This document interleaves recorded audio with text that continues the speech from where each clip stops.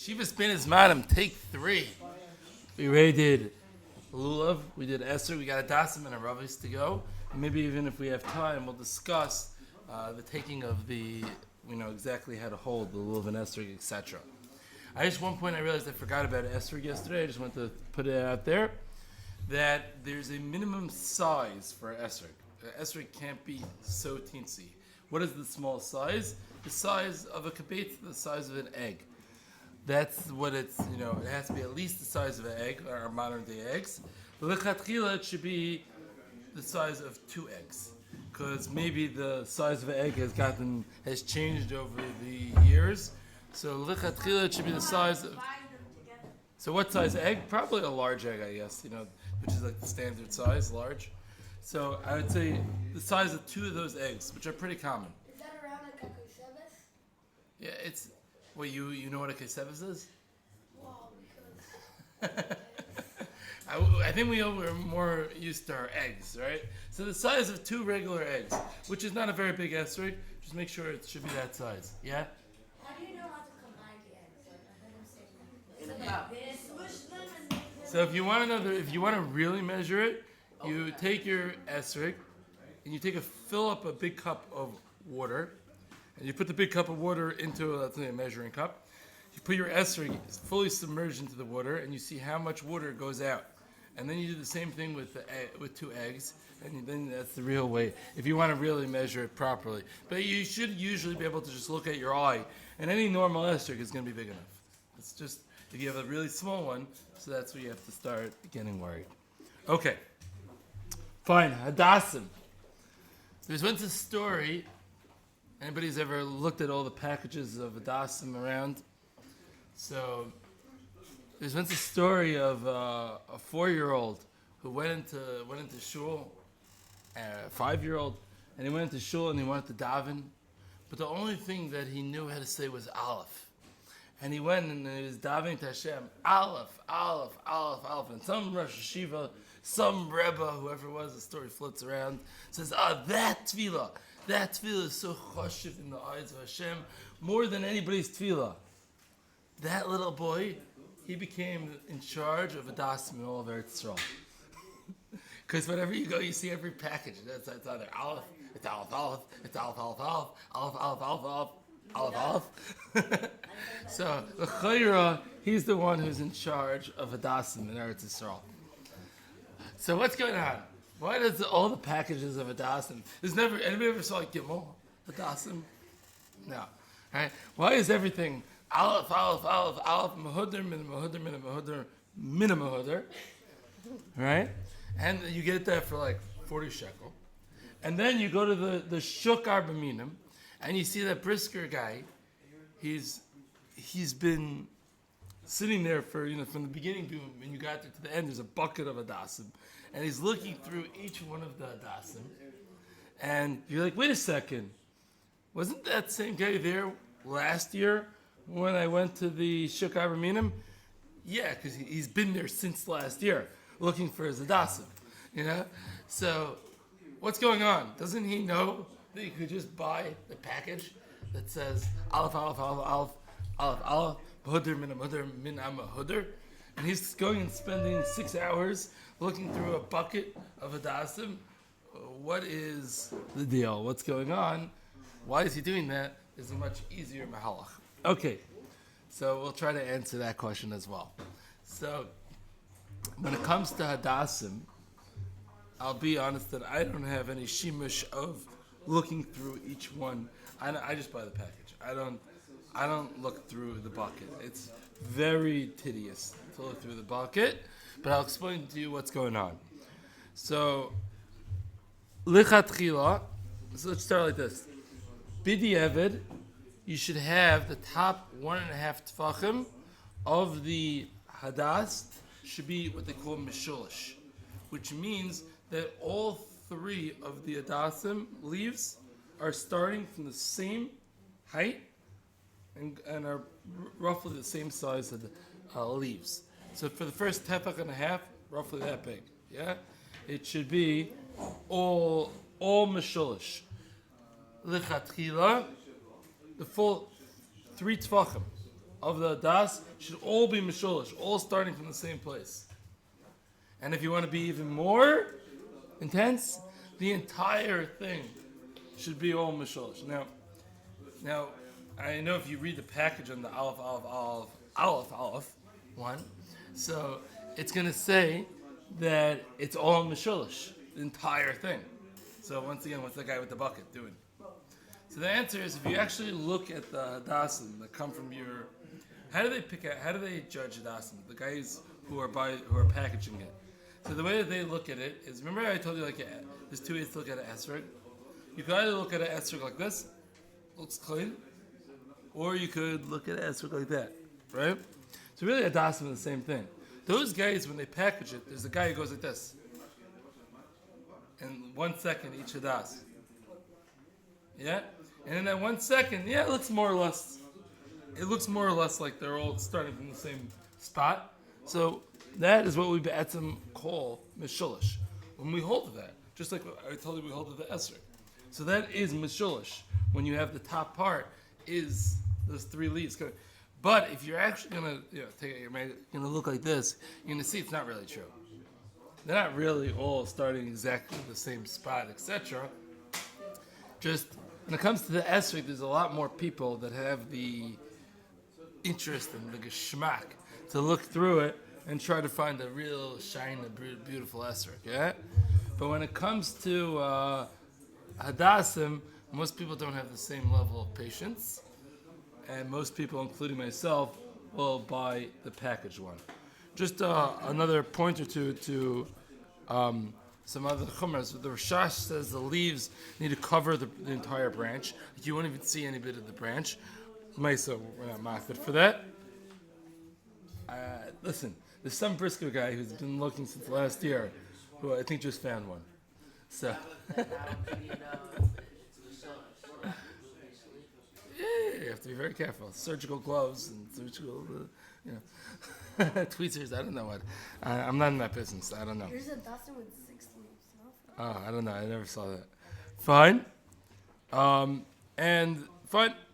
The Maisa, if you need to cut the Hadassim, you do not cut from the top. That's like cutting the Hadassim's head off, and you just beheaded the Hadassim. You want to cut from the bottom part, where it used to be attached to the tree. That's where you would cut it. So if it's pressed on the bottom a little, like not for sure. Yeah, that you cut off. Correct. Yes. I don't know what the brisker. I guess even the briskers could cut it. I guess so. Fine. Now, also, in terms of where the Hadassim are placed, actually I'll get to that in a second. Let's do this. Let's talk about Aravos for a second. So the Aravos, actually, I think it's good for Hadassim. Aravos. So Aravos should lechatchila be like a foot long, same long as Hadassim, both of them. They should be, I know in the English, a foot is how many centimeters? 30 centimeters? Yeah, 30 centimeters. 30, what is it? 40 centimeters? How much is it? How much is a 11.8 inches? It's chazanish. I'm just having in my mind inches, not centimeters. All right, I have to check it out what it is. I have in my mind inches, not centimeters. 11.8 inches. Yeah. It's 30 centimeters. 11.8 inches is 30. Huh? 3 meters is 10 feet. 3 meters is 10 feet. So each meter is like 3.3, and therefore each. Whatever. We'll work it out later. But we'll get back to it. Fine.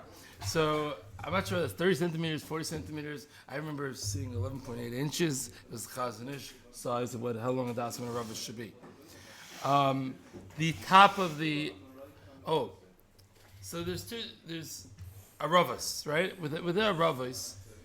So Aravos, the top of it for sure should be intact. The leaves shouldn't be all ripped off. The leaves it should be fresh-ish. It should look fresh. The leaves should be full, and the leaves also, by the way, should have smooth edges. Because if it has jaggedy edges, it might not be a hadas. It might not be a rava. It might be one of the rava's cousins who aren't very cool.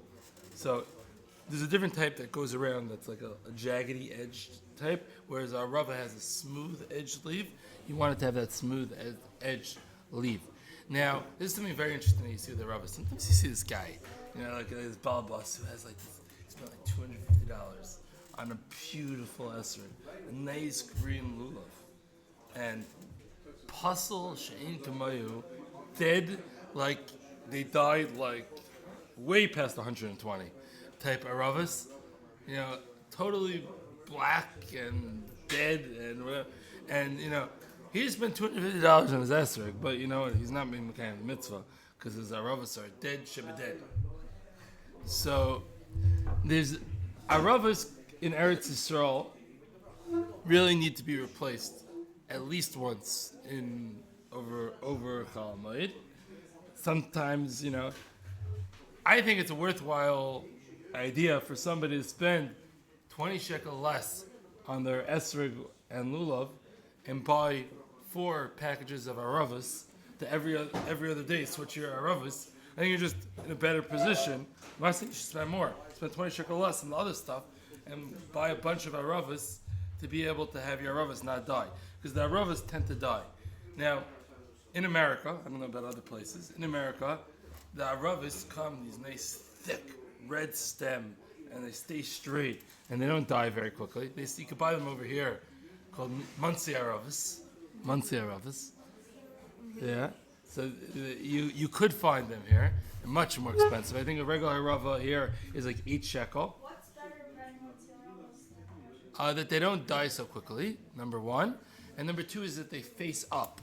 They don't face sagging down. Now, I once heard somebody claim, the Aravos in Eretz Yisrael, they're all puzzle.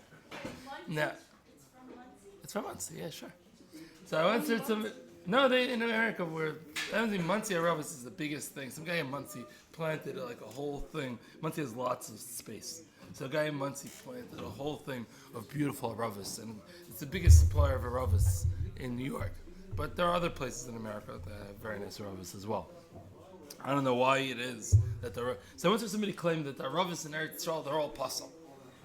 That's a little bit hard to say. Rav Yasher did puzzle, Rav Dov Landa does puzzle, Rav Moshe Hirsch does puzzle, and everybody does puzzle. I don't know. Doesn't sound right to me. I don't think we could say that.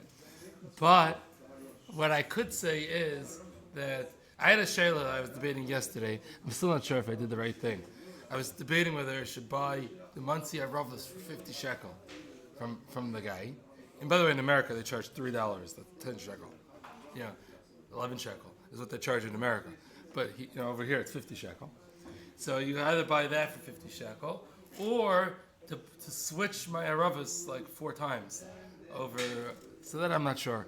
I ended up deciding that I'll switch my Aravos 4 times over Yantif instead of buying the Muncie Aravos. It doesn't have to be 4 times, but it has to be once. You have to, unless you're one of those guys that every time you take it off your lulav, you sprinkle some water and you put it in the fridge. If you're one of those guys, then whatever, you might be able to maintain your Aravos and keep one thing of Aravos for the entire sukkahs. But if you're not doing that, obviously look at your Rava, look what it's going to look like, but it very possibly needs to be switched in the middle if you're just leaving it out. If you treat your Aravos really, really well, then you might not have to do that. Okay. What else do we have with Aravos? That's Hadassim. Let's talk a little bit about how we hold it and how we set it up.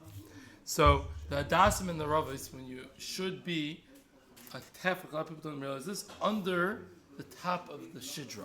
What's the top of the shidra? It's a little bit hard to explain what the top of the shidra is, but it's where it kind of starts spreading out, where the main thickness part of the lulav kind of stops, and it starts splitting.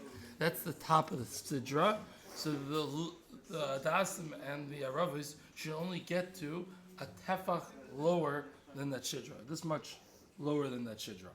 So that's something to keep in mind when you set it up. It's not hard as long as you are, trying to do it. Next point is, by the way, also you should be careful when you put your Hadassim and Aravos into the kosher cloth. You shouldn't murder them. Nobody would like you wouldn't like it if somebody squashed you somewhere and like ripped your arms off. The Hadassim and the Aravos don't like it either. So it's good to try to get a kushiklach. The kushiklach is the handle that are like a little bit wider. If you look, try to get like a little bit wider so you don't lose all the leaves and of the Hadassim and the Aravos while pushing it in, because nobody likes getting their arms ripped off. Okay. You don't want to passel it. It's just a chaval to like, I got the aleph hadassim, and then I ripped off all the leaves while sticking it in. Yeah. What do you mean? Oh yeah, some people like that. Listen, that's a minhag thing about how to do it. What about whether you do it with the? No, he's talking about without leaves of Hadassim.